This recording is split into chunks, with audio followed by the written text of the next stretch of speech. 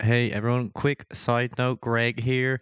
We fucked up the beginning of this recording and we forgot to record the beginning. So I'm gonna drop you in. Unfortunately, like we're gonna miss out some jokes. There's gonna be bits missing. That's our fault. I apologize for that. But today's guest is James Coffey.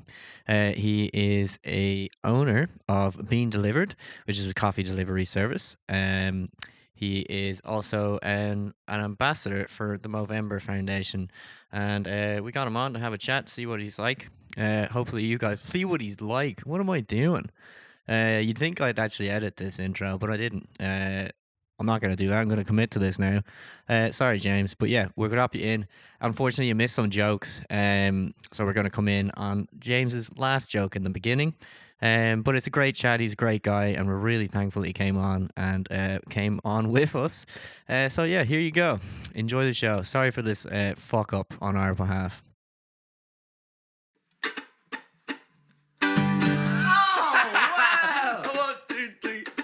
Welcome to the Gregliot show. We talk about things that we don't know. It's the hardest day of my life, yeah. James, you said you had a second joke. Yeah, I do. You can save it for the end if you want. Oh. No, I'll go with it now because I'll be giddy if I don't get to say it and I might forget. Yeah. Did you see the founder of IKEA got elected as the Prime Minister of Sweden last week? Is he going to build it back up again? He should have his cabinet assembled by next week. Fucking goddamn it. Very good. I'm going to do one little joke before we start. What do you call a camel with 3 humps? I don't My know. lovely lady loves. Sorry. Hump free. Very good, Greg. Thanks. He laughed. I've got one more as well then. Now that the barbers have reopened, queues are so long that the staff have started handing out burgers and sausages. 10 out of 10, definitely the best barbecue I've ever been to. Greg's That's not very impressed, good. James. I like that one. I liked it too. James, I'm going to be a little bit unconventional here and start. Get naked. Well, I'm going to start, rather than you talk about yourself, I just want to tell a quick story about me. I remembered this story not too long ago. And you've listened to the podcast, so you're aware that we are two men who frequently shit ourselves on occasion, to put it Correct. lightly. But the other day I recall the time, it was actually when we were working together. I'm not joking, this actually happened to me and it's still a little bit traumatizing. This is very early into this Yeah. little episode that Well, you're you telling gotta the story, dive- by the way. You know what I mean? Like a pig and shit. That's me. Okay. So I woke up, man, I went to bed, I was like, just a normal day. I wasn't drinking, wasn't nothing. It was like a Wednesday or something. And I Fucking Wednesday. went to bed and I woke up at in the middle and I remember being real groggy, but I was like, I feel like I have to fart really bad. And just so I preface this, I did not have the runs and I didn't have any sort of, poo emergencies prior to this. So I was like, okay, I'll just fart while I'm in bed in the middle of the night, like 3 a.m. That's okay. We all do that. Everyone does that. Yeah, that's okay. Everyone does. It was not a fart. I was all of a sudden assaulted by a wet, warm, uncomfortable silence of me shitting myself at 26 years old in the middle of the night, having to go and clean myself up and then go back and sleep and go to work the next day. I was like, who am I? So anyway, James said, Did you change the sheets? yeah, of course I had to do all of that in the middle of the night. That's dreadful, Greg. Yeah, no, Terrible. I'm so sorry that happened to you. Thank you. Thank you. It's a good support group. Yeah. Well, I've got another story for you, right? I pissed myself recently, right? Only it was voluntary. Guys, don't look at me like that. That's Was So- it when you were? No, you don't piss in a wetsuit. So No. Oh, well, I do well, that you can. quite That's actually frequently, pretty good. but, That's pretty good. It's actually deadly because you're like, this is great. I'm so warm That's for true. 4 seconds. That is nice. No, but a friend of mine had an accident, right? And friend felt really bad that they pissed themselves. They were like, I can't believe this has happened to me. I just can't. This is terrible. Yeah. How have I allowed this to happen? Yeah. And so they're a really good friend of mine. So I went, well, if it makes you feel any better, I'll piss myself. And they went, okay. So You did. I pissed myself and recorded it on video and sent it to them to make them feel better. Did you? And then he was like, I'm going to fucking tell everyone that you pissed yourself. And before you ask, no, it's not me. It's not me. I'm not going to name any names, but It's not. Don't look at me. It wasn't Greg, but yeah. So there we go. That was my most recent bathroom emergency. Lovely. I haven't had any bathroom disasters in a long time, thankfully. Good. But I remember one time. So I lived in Sydney for a few years, and we were cool. for a friend's birthday, and we went to what's that Japanese food thing where they like throw food in your mouth? Teppanyaki. Oh, They like yes, cook the I know food what in you front of you and just basically just launch it. Yeah, Fling it at you. Yeah, so we had like some like miso soup or something to start, and we had a great night. And then we left the restaurant to walk home, and it was only like a 10 or 15 minute walk, and like 2 minutes in, I just felt this rumble. Oh, no. I was like, No. oh no, no. and like we weren't near anywhere, so I was like sweating and like starting to walk really fast, and then stumbled across a shopping center, and I was like, oh, this will have a toilet. So I ran down into the men's toilets. All the cubicles were locked, and it was like 10 o'clock at night. There was no reason for them to be locked. It's like, what do I do? Like panicking around, seeing the disabled toilets. I was like, oh, I'm gonna have to. So went in, and they were just a mess, like complete mess. And then I probably made them worse. But while I was in there was like someone knocking on the door. I was like, oh no. Yeah, very embarrassing. Managed to not shit myself, came pretty close, and then was left embarrassed, sweating and smelling of shit. Oh, Class. dear. That is terrible, James. For anyone else, it does. It happens to the best of us. And for anyone listening, right, if you're ever going to be a guest on the podcast, we've decided that we are going to, from now on, ask in any interview episode, have you ever shot yourself? Yes. So just, pre-warning. James was pre-warned. James, as you were talking, I saw on your arm, I already know it's there, but you have a lovely little tattoo of the Movember Foundation. I do. I have my mustache. Yeah. Oh, class. Yeah. I will ask you about BeanDelivered and all that, but I want to just ask you about Movember, because we participated. We're on your team for the last Movember. How did you? Is this James? Yeah. Hey, James. Yeah. How did you? It's clicking for you now. It's clicking. So how did you get started, and why did you get started in it? A good few years ago, probably about 8 years ago, 7, 8 years ago. I remember doing some fundraising for it, just kind of on a whim, just growing a shitty mustache. And then in Australia, that's where it started out. So, or where the foundation started out, and it was pretty big over there. So when I was over there, I did it as well. And then when I came back, so I'm back, 5 or 6 years, they were looking for people to become more involved in Movember Ireland. And Movember Ireland is headed up by a guy called Jack O'Connor. He's a fucking great guy. And I got in touch with Jack, who had done a campaign with a cousin of mine where they put the Movember logo on the cliffs of Moher a few years ago, and it was just awesome. Really, really cool campaign. So I reached out to Jack and kind of see if I could get more involved. They have this community ambassador program where they kind of have a couple of people from each country or region get involved to try and kind of help with fundraising and help kind of push it out there and get involved with different groups and stuff. And that's kind of how I got a bit more involved than I was before. And then, over the last kind of 4 or 5 years, I've done it in work, had teams in work, done it with mates, had a couple of quizzes, which were always awesome. Ran a gig in not the Button Factory, the Workman's 1 year, which was pretty cool. And that's kind of like what I've done with it so far. And like next year, they're doing a hike to Mount Kilimanjaro. Which I would love to do, but just commitments and stuff is just I can't do it next year, but would love to do it at some stage. But that's kind of how we got involved with it. And it's an awesome charity. Like, it's a great foundation, and it's obviously a really good cause as well. Yeah, it is. Yeah, it's awesome. Fair play to you. We were able to be a part of it last time, which was really cool. That's real cool. How much money did we raise as a team? Can you remember? You must remember, James. Do you?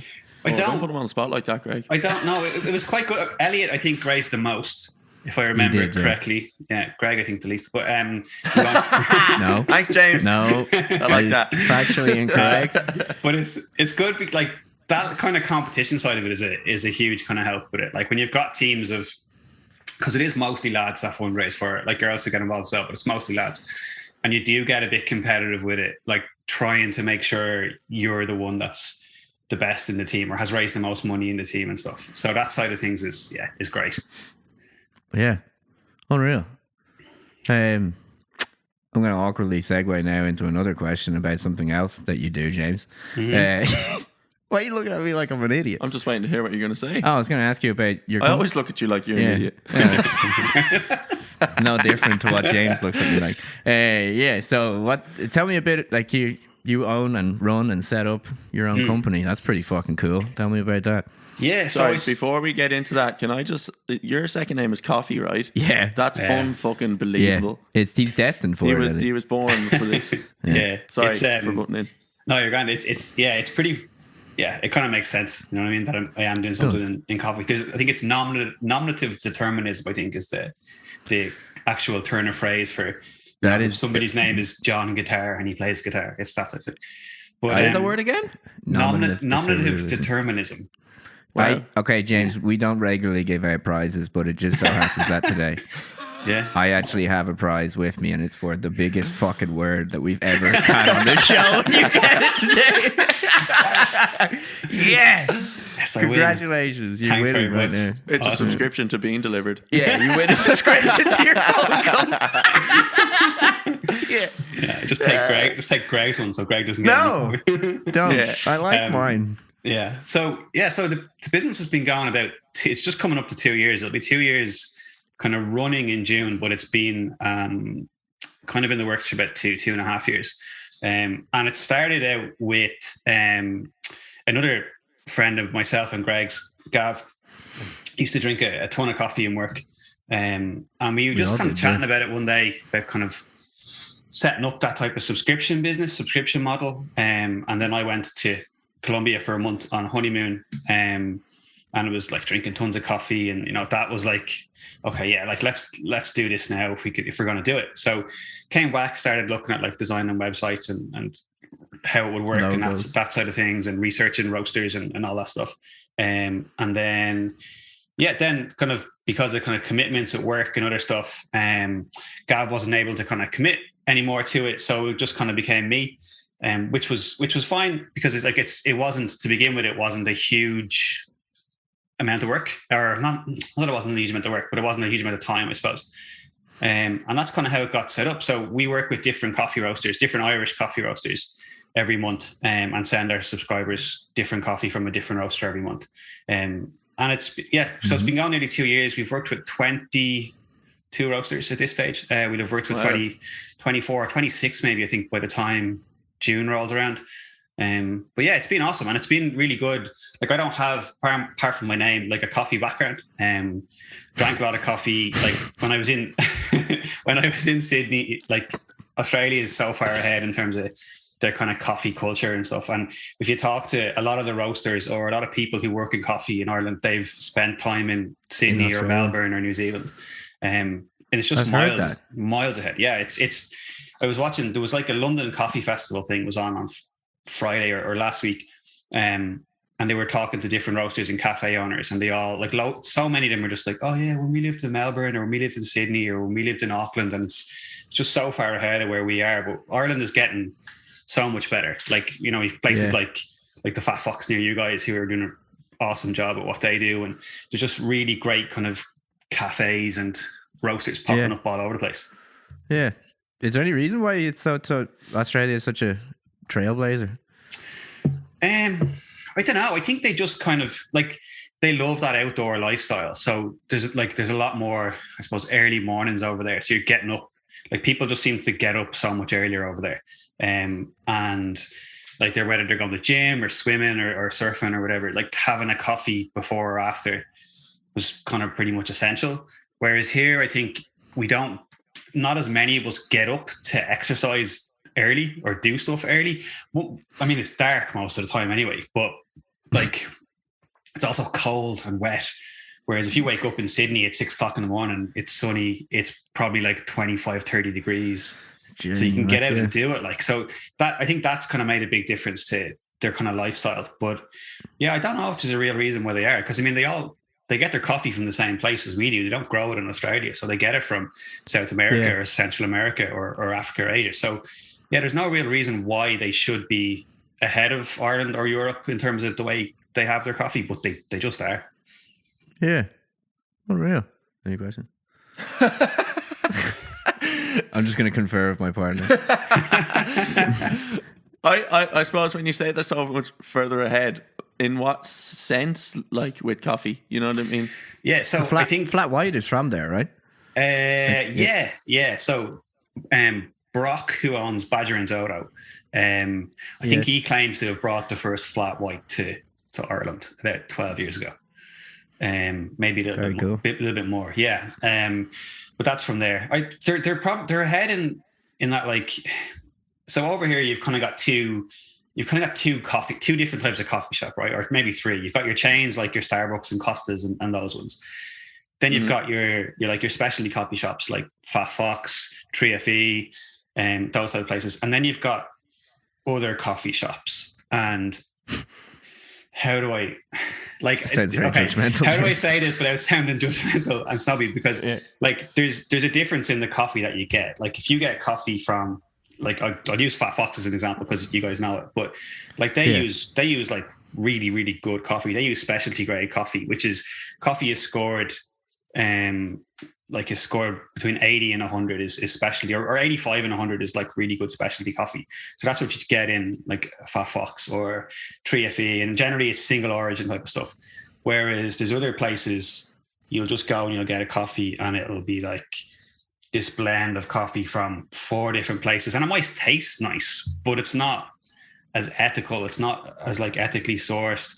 They might buy it for like €4 or €5 a kilo, whereas the specialty places might be paying 3 or 4 times that price. So they might be paying like 18 quid a kilo. Yeah. So there's a big difference between kind of commodity coffee and specialty coffee. And Australia is very far ahead in terms of specialty coffee. And that more cafes would be specialty than the kind of commodity stuff.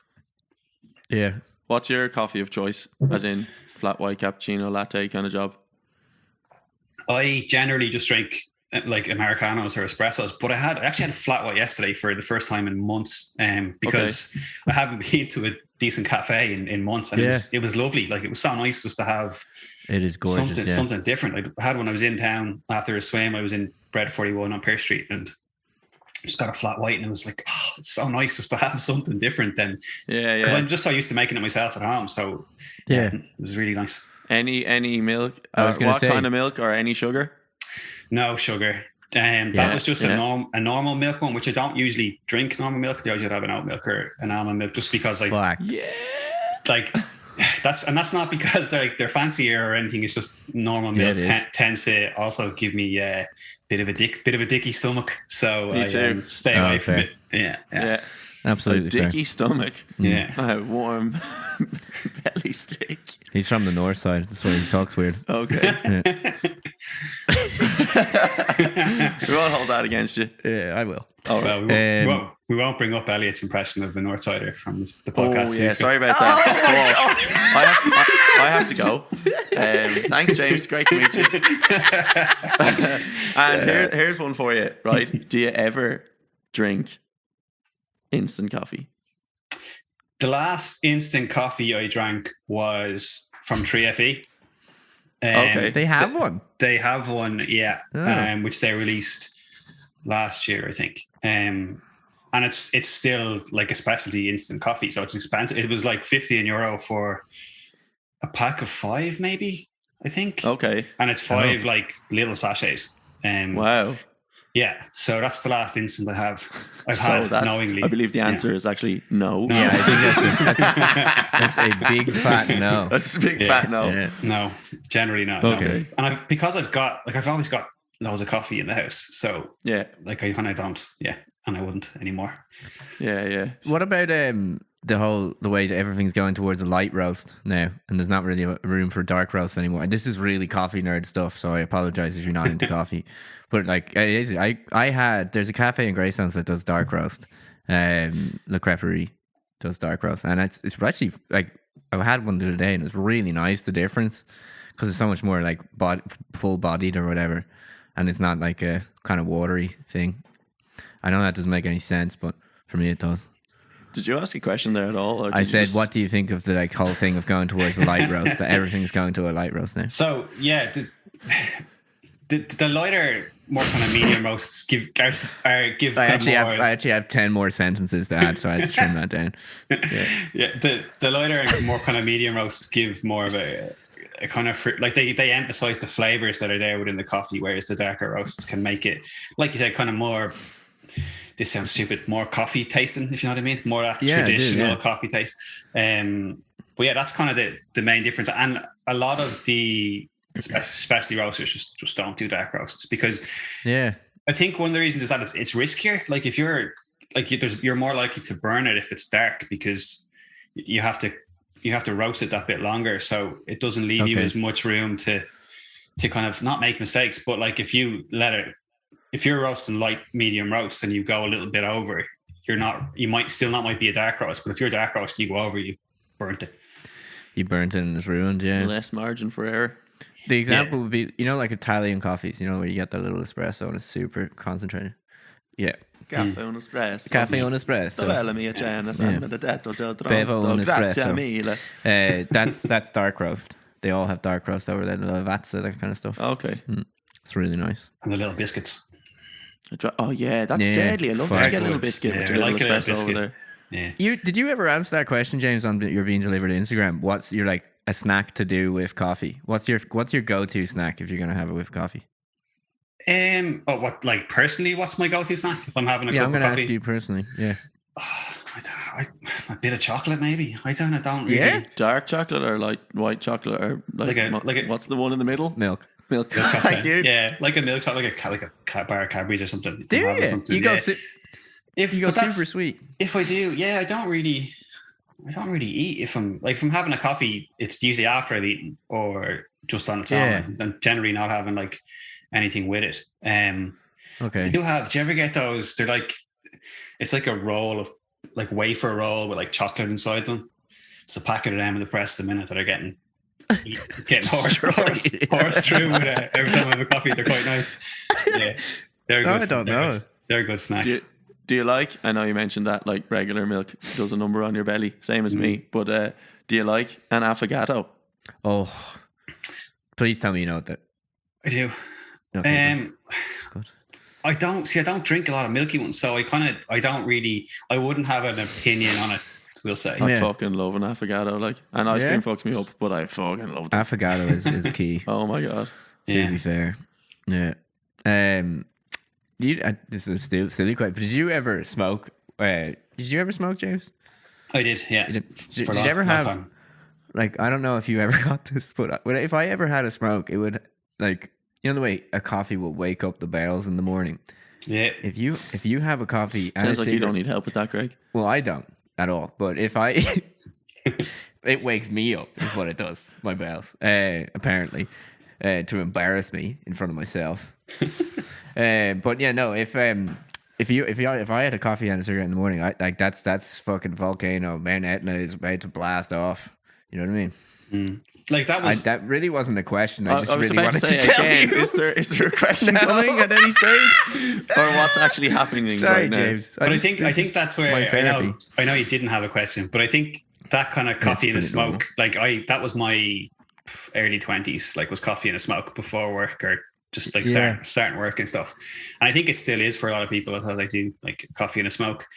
I don't know why they do seem to go together, but maybe it's because one burns your taste buds and one just burns your mouth if it's too hot. So like it's a funny mix, but I suppose you're getting a bit of it, like a caffeine hit and a nicotine hit from both, right? So it kind of just gives you a bit of a boost.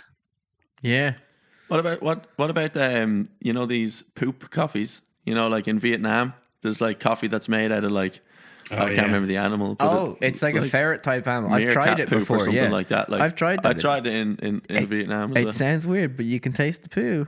I don't know. Can you? It tastes like No, it kind of tastes like mud that would or something. Like, This if is you the, could like- taste the poo, it's not going to sell. Yeah, this is the Kopi Luwak stuff. That's like That sounds like the word, James. I'm Yeah, not gonna it's lie to like you. what? Yeah, it's like a ferret or a squirrel looking thing that eats coffee beans and then shits them out. And yeah, no, I wouldn't be. Why would you want to try it? I don't. Yeah, no. I tried it. Next question. I tried it as well. Yeah. Next question. Next question. Okay. Have you been to Vietnam? Vietnam? No, I've been to Thailand. Okay. But not Vietnam. No. Because to me, the coffee in Vietnam was so strong, and then they add condensed milk, which is obviously so sweet, and I couldn't get enough of it. I have a sweet tooth, and I was like, "This is unbelievable." Yeah, it's really milk. It's really interesting, kind of different coffee cultures like around the world. Like that's something they do in Vietnam, is to make it really sweet. Whereas in, say, South America, like around Colombia, where so much of the coffee comes from, and other places around there, like it's so it's almost like syrup. It's so thick that, and they like the coffee. They'll have it in like a flask, and they'll go around and sell like little cups of like basically espresso, but it's like they will just pile sugar into it. And it's kind of gross, but they don't drink the same as most of those coffee producing countries. All the good coffee leaves and the shit stays behind, because that's like they sell it to make money, so they're not going to keep stuff, like keep the really good stuff. So even like when we were in Colombia, there's some great, like there is a great coffee scene, like our cafe scene and stuff, but it's not as massive as you'd expect. There's still loads of chains and stuff, and that do kind of just normal kind of commodity coffee, but there is like really nice coffee, especially coffee shops and stuff as well. But yeah, for the most part, they export all their good stuff. Yeah, unreal. You don't have to answer this question, but you keep running a business, you're involved in Movember, you have a lot going on, obviously, but like, have you found any things that you've found to help you like cope with the stresses of any of that, or is there anything that you've found, especially over the last year, given what it was? Yeah, to cope with the stresses. Not. I try not get too stressed about any of the stuff where I can, which sounds really simple, but like I try and switch off. Like, and it's like my way of switching off is just to turn on the PlayStation for an hour and just like mindlessly play FIFA or something, and like stick on a podcast and just kind of relax and try and tune out for a while. Don't our get podcast, I assume. It is our podcast, but this year it's been your podcast. Yeah, last year it was like there was loads of stuff last year and stuff. Last year, like I listened to a lot of kind of sport podcasts, so that's that's great for kind of switching off. But yeah, I think I mentioned to you during the week, like David O'Doherty did a podcast during the summer, during the lockdown 1 and 2, which was that was just a great bit of escapism for 20 minutes every day. Yeah, definitely. And you said you like swimming. How often do you get in the sea? So I went for a swim yesterday, which was the first time I'd been in the sea in 7 months. Okay. Which was really shit. Like, that's probably been the hardest thing from lockdown, is not being able to go for a swim. So, because I live just outside Dublin now, not even in Dublin anymore. So we couldn't go anywhere, like nowhere. So getting to the 40-foot yesterday, we were driving out in the car and we were like, when's the last time we were here? And we were like scrolling back through Instagram and we were like, September 13th, I think, was the last time we were there. So where? How did you find it yesterday? It was great. Like, it was so fucking Did you cold. die? It was so cold. Yeah. I couldn't feel my toes for a good hour and a half, like, afterwards. How long do you stay in for? 5, maybe 6 minutes. Like, that's very good. That's very good. That's unreal. Yeah, at most. It was it was pretty chilly. But just glad to get back out and just do it. Like, I find there's a real kind of, I don't know, like kind of peacefulness when you're out there and early in the morning and there's not really many people there and it's quiet and stuff. So definitely. I loved it. And we've been doing it for ages. Like, we've been doing it for, I don't know, probably 3 or 4 years now. Okay. So it's nice to get back in after not being able to do it for so many months. Definitely. And you bought a dry robe, James, didn't you? Did you? I got gifted a dry robe for Christmas. Oh, Yeah, okay. yeah, Okay. yeah. And it's brilliant. That's excusable. Well, like that was the first time. Like it's been sitting just in the spare room for 4 months. Like, or just sitting there, not doing anything. Whereas yesterday it was like keeping me nice and snug and warm afterwards. It was I mean, you feel like a bit of a wanker wearing one, but like it's great. I love it. I wouldn't know. know. You would know. I don't have one. I have no idea. But Greg does have one. But you guys have wetsuits, right? Well, that's because we're triathletes. Yeah, we're like elite Sorry, athletes now. Yeah. I don't know if you know that. But, Not sure if you're aware. May have mentioned it once or twice that we did a triathlon. With the swimming for the triathlon. So did you use any buoyancy devices apart from the wetsuits? Like, or did you just you can get those? It's like an orange inflatable balloon that kind of you clip on you. So if you drown, people see where you are. But like people can see it. Yeah. I don't think that's what it's for. No, that is what it's for. So you can be I thought seen. it was for like boats and stuff. No, so you don't get run over. So you can be seen if you're in trouble and shit like that. Yeah. Oh, but that's terrible. So that's awful. You guys didn't use anything like that. You just went at no, it. I just tried not to die. Nice. Try. Just the wetsuits. Yeah. It was fucking really hard, James. Yeah, it was real hard. I'd say so. Well, not for you, but yeah. It was hard for me. Yeah. I can imagine. It's true. Apart from the cold, just it's not a short distance either. Like to swim. No, and Elliot's doing twice it. I swam 1,500 meters, so a kilometer and a half there the other day. Nice. A couple of days after the try. You did, yeah. Yeah. Bonkers, man. And it wasn't that bad. Now, I have to say, like, the conditions on the day I did the 1.5K were way better than the day we did the triathlon. Like, I could have kept going, but, like, there's no way I'd have gotten through that distance on the day of the triathlon because the sea was fucked. Yeah, definitely, yeah. I was concerned that someone was going to die. I didn't think it was going to be me. I was like, I'm still doing all right, like, but I hope the lads are all right. It was Greg, wasn't it? You were just worried about Greg. Yeah, a little bit. Greg and my brother. We were so underprepared for the swim. But the wetsuits help a lot. They kind of help you float a little bit, right? Don't they? And they keep you from getting hypothermia, which is important. So the main thing. Did you have to stop at any point? Like were you swimming and being like, oh my God, I'm fucking wrecked, and just kind of tread water for a minute just to kind of get your breath, or did you? Let me tell you, James, I did that approximately 4,000 times. So that's not a joke. It kind of reminded me when I was in Thailand, we went out to whatever islands they filmed the beach on. Oh, cool. You kind of get off on one side of this island, walk through it, and then there's a bay and you kayak out to a boat. Anyway, so there was me and two mates, and we looked out, and the boat like didn't look that far. It was like at the entrance to the bay, right? So we all jumped in our kayak and we were kayaking away, but we were like 3 big lads. So like the kayak was for 2 people, so I was kind of sinking. So I was like, oh, I'm at the back, I'll jump out and I'll just hold on to the back of the kayak, right? And just let the lads pull me along, right? Yeah, great idea. And then, but then not going well. No, then the lads are like, nah, fuck you, and they just paddled off, right? So I was like, I'm a decent swimmer. I was like, it's not that far. I'll just swim. Yeah. And I got like halfway, and I was like, looking around, I kind of stopped for a second. I was like, oh, fuck. This is way further than I thought. So I kept going. Like, all these people going past me on kayaks being like, yeah, okay. And I was like, yeah, trying not to die. Well, like they didn't stop. So eventually, I got to the boat, and like I got on, and like the 2 lads are sitting on the boat just having a beer, like not worried. I'm like, not about.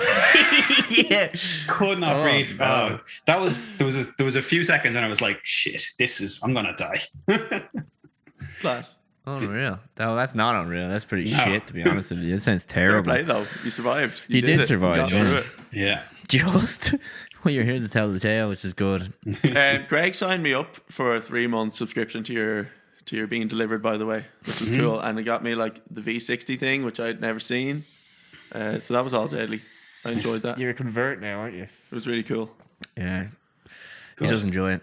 Yeah. Well, you didn't continue to subscribe to him, did you? You're going to leave that out, weren't you? Yeah, but Greg, you get twice as much now, so it kind of works out. That is true. There you man. go. I was do doing get it for you, quite Greg. much. And do you know, like, you probably do, but do you know, like, do you have subscribers, like, in all counties of Ireland? Like, Oh, do you yeah. have that kind of information? I should have. That's a great question. I do. So I did it last year when we came up to like the 12 month anniversary, or the first year anniversary. I kind of worked out, where everybody was based, where all the roasters were. But I'm going to do it in the next month again to kind of see how much has changed. But I think I've definitely sent coffee to every county. Every county in the Republic of Ireland.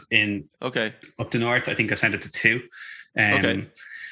But yeah, we've definitely sent coffee to every county, and there's subscribers in, I would say, probably 16, 17 at the minute. Class. At least. And what about different countries? Have you sent it to anyone? Yeah, we've sent stuff to the States, Germany, Spain, Austria, Switzerland, the UK. Wow. Holy moly. Yeah, not every month now, but awesome. Yeah, we've sent stuff out. Yeah, which is like they're great. Like, it's great going to the post office and being like, this is going to America. Yes.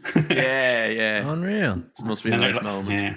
And then they're like €40 for shipping. I was like, fuck. Yeah. Oh, I'm losing money. Yeah, I'm losing money. I have lost money on this. But yeah, that's pretty. And you said that when you first were starting, it was yourself and Gav, and then obviously it was just you. And now is it more than just you? No, it's still just me. So okay, my wife helps out now and again. Just kind of like if stuff needs to be handwritten, because my writing's like a chicken scratching. So it is like chicken scratching. Yeah, it's horrendous. So yeah, she'll do stuff like that. And I've mates and stuff that are like graphic designers to help me out with like design, website stuff if I need it. But no, it's just me. It's just me. It's good, like, because it's a monthly subscription. It has like a really busy weekend once a month, or a really busy day once a month, where that's when I'm packing bags and putting labels on stuff. And that's it. Whereas if it was continuous or kind of different times of the month, then it'd be difficult to manage that and a full-time job as well. But because it's just once a month, it's fine. Cool. Not aimed at anyone in particular, but do you have a favorite customer? This is ridiculous, Greg. It's a genuine question. Yeah, another mutual friend of ours, Greg, actually, who has been. Okay, now moving on. What about? What have you like? How many roasters are there in Ireland? Close to 300 at the minute. Oof. Oh yeah, because I was going to say, like, Wow. is it going to be hard for you to keep doing this, like, as in not repeat? Not really. Roasters? No, not really. Wow. See, yeah, it's not hard to not repeat, but you got to make sure it's good. So it's a lot of taste testing and trying coffee from different roasters and stuff. And like, I've pretty much got this year mapped out, because I want to make sure that I'm not like last minute trying to get a roaster in. But yeah, there's about just close to 300. It's going to be interesting, like in the next couple of years, to see how that goes, if it lasts. Like, not if it lasts, but if, some people might just consolidate, some people might drop off. Does it, like, the coffee industry in the last year has kind of exploded with all of these kind of horse boxes and coffee carts and mobile units. So it's like, I don't think they're going to be around long term, because I don't think they're like as sustainable long term wise as people might think, because we're all stuck at the minute, like stuck in 5 or 20k or whatever. But like, if you go back to the office, you're not going to be going to as many of those little places as you once were. But cafes, I think, are going to be massive. Are going to continue to grow for the next few years anyway. Hopefully. You don't have to answer it, but have you ever had to turn down a roaster, as you said, because you want a specific taste? Have you really? Okay. Yeah. I turned down one recently, and I won't say who they are, but they. Go on. Only joking. They approached me about it, and I'd kind of just chatting with them because I hadn't really heard much about them. Sorry, they weren't a roaster. They were like a coffee brand, we'll call them. And I was like, "Oh, where are you guys roasting?" They're like, "Oh no, we buy our stuff from this other place, and we just like package it up, slap our label on it." And I was like, "Well, no, thanks." Yeah. That's fair. Yeah. And that, you made me think of a question there. Is it generally roasters approaching you, or are you approaching them? It's a bit of both. It was all me approaching roasters until I would say this time last year. And then Okay. because like we were set up as an e-commerce business and a subscription business, when the shit hit the fan last year and people didn't have their own kind of websites or stuff, they kind of looked for other outlets and other ways. So there was a couple last year that we featured that had approached, but I kind of have a massive list, and if they're on that list already, then it's grand. Yeah. So there was a few that approached us, and it's a couple this year that approached us as well. But generally, it's me, whether it's ones that I know or it's just coffee that I've tried, or that's kind of how I get them. But yeah, they definitely reach out a lot more now because of the kind of reach that, like, we ship about 75, 80 kilos of coffee a month. So it's quite a decent amount of coffee. That's a lot of coffee. That's and is there anyone else in Ireland doing what you do? Am I allowed to ask that? Yeah, there is. Yeah. Fuck those guys. Sorry. So there is a couple of others. Yeah. So BeanDelivered was set up to just work with Irish coffee roasters. Okay. So that's our kind of USP, and it has always been like we are the only ones that do that. There's a couple of others. Selling point. I listened in that class. There's one that does an Irish and like a European one each month. Okay. There's one that they've kind of moved to be more kind of world. Like they had one from Australia recently. They had one from Canada and stuff. Yeah, which was pretty cool. And then there's a couple of other ones that, have launched in the last couple of months that will be doing similar to what I do. But yeah, but no, we are, from what I'm aware of, we are the biggest one. Okay. Very cool. Well done. Yeah, congrats, James. Yeah. Is there, of all the coffees you've tried, because I think did I start from nearly the start? Near enough, yeah, near enough. Yeah, I think I missed one coffee, but stop trying to get him to say you're his favourite customer, Greg. I'm not doing that. Get on with I already know who's his favourite customer. It's me. No, but is there any coffee that you would want to feature again if you could, because you liked it so much? So do you mean like any coffee or coffee roaster? Coffee roaster. Coffee roaster.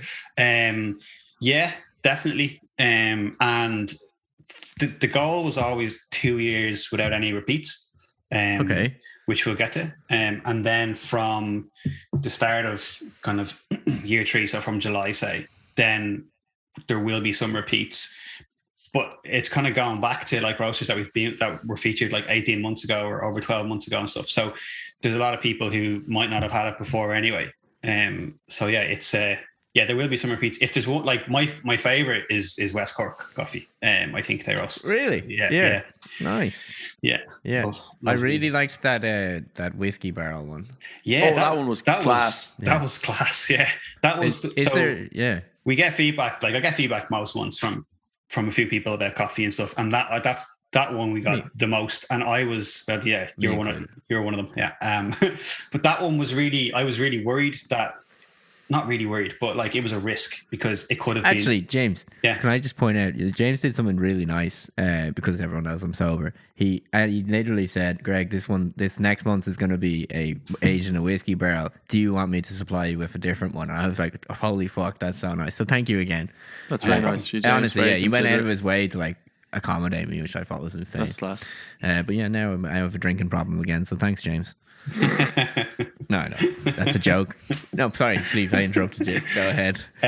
What was I saying? Oh yeah, but the whiskey barrel one was a risk because, like it could have went either way. It could have been rank, but we kind of had like between chatting to the roaster, they trusted that they were doing it well, and we trusted them, and it's the one that's gotten the biggest reaction. So and I like the best reaction, I think, because it was just so different. So yeah, delighted with that. Any big like aims or goals for BeanDelivered going forward, or anything you're exciting that you can't reveal yet? Yeah, we're gonna have a couple of things in June to kind of mark the end of the second year, or to kind of the second year birthday. And I've got some really good roasters kind of booked in already for later in the year. There's not like it's just gonna keep ticking away as it is. We've got a couple of I've done a few corporate orders, which has been nice. Kind of moving into look at some stuff with that as well. But no, I kind of want to get it into a good place by the end of the year, and see what happens in what's next year, 2022. Yes. Yeah, maybe See what that brings. Yeah, just sell it or something. I a quick suggestion for you before you decide to sell it. Maybe, you know the way some companies that have more than one employee will do an employee of the month. What if you did a customer of the month, and I could win it every single month? Oh my god! But you could win. No, every month. Not every month, but maybe maybe once. If it's competition, I think I know who's going to win every month. Yeah, no, probably you. It's me. Yeah. Thank you. Great. Like, so we didn't really touch on how me and Greg know each other, which is so we won't. No, we can touch on it. We used to work together. We used to work together. Greg was at my wedding. Oh, very good. Yeah. I know James quite well. Yeah. Greg was the best man, though. No. Well, no. Best customer, though. Best customer. Yeah, we used to work together and we got along very well. Yeah. Worked on separate teams within the company. Yeah. Greg, hang on, Greg was the coolest person that I worked with at Social Power. Thank you very much, James. Very good, James. Yeah, very good. Yeah. I enjoyed that. That was a good bit. That wasn't a bit. That was real. Yeah, no, that's it. Yeah. He has a notification on his phone of Revolut €20. Yeah. Greg Kennedy. Thanks, James. James, well, like, do you have anything small you want to say at the end? Or do you want to do that quick fire question that you did to Tiernan? Yeah. Well, okay. Firstly, what's your website for any listeners that may want to subscribe to a monthly coffee? Sure, thanks. It's BeanDelivered.ie, and you find us on socials at BeanDelivered on Instagram is where we are the most active. Class. Deadly. Okay, quick fire round. Yeah. Anything that you're watching at the moment that you're enjoying a lot? Documentaries or films or that? I'm rewatching Line of Judy from the start. Oh, that's so fucking great. Sit down, fella. For the tape, for the Reg DAR. 13. Reg 13. Yeah. It's on the RT player, which is just fucking It's just a load of bollocks. Oh, it doesn't work. That's the fucking worst platform I've ever experienced in my fucking life. Yeah. Dog shit. It annoys me, clearly. Yeah. Did you watch It's a Sin? I did. Loved it. Brilliant. So probably the good. best. Yeah, best I've seen in ages, actually. That was amazing. By far. I'd put it on like at the level of This Is England. It was that good. Yeah. Yeah, it's excellent. Really excellent. Another quick fire question. Any music that you listen to lately? Anything new? Not really, no. I've kind of been going back listening to some old stuff. Yeah, cool. Bit of James Vincent McMorrow this morning. He's got a new album out in a few weeks or months. No, nothing new. Very really. Cool. Okay. Lullaby songs for babies is what's most of my Spotify these days. So, yeah, imagine it's a lot of that. Yeah. Yeah, jeez. Class. Some of them are pretty good. I wouldn't know, really. I'm not doing a bit. I wouldn't know. And any last quick questions? Favorite dinner? Favorite meal for dinner?